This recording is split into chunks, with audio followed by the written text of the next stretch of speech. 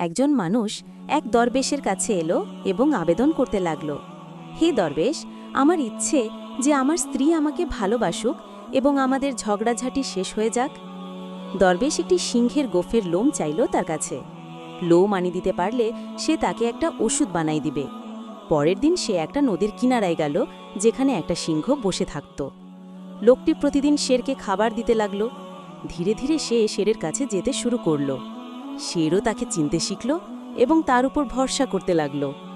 অবশেষে একদিন লোকটি শেরের একেবারে পাশে গিয়ে খুব কোমলভাবে তার একটি গোঁফ কেটে নিল।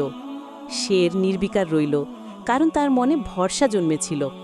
তারপর লোকটা দরবেশের কাছে আসলো, আর তখন দরবেশ হেসে বললেন, যখন তুমি ধৈর্য, সাহস আর কোমল আচরণের মাধ্যমে এক ভয়ঙ্কর শেরের মন জয় করতে পারো, তখন নিজের স্ত্রীর মন জয় করা তোমার জন্য কঠিন কেন হবে?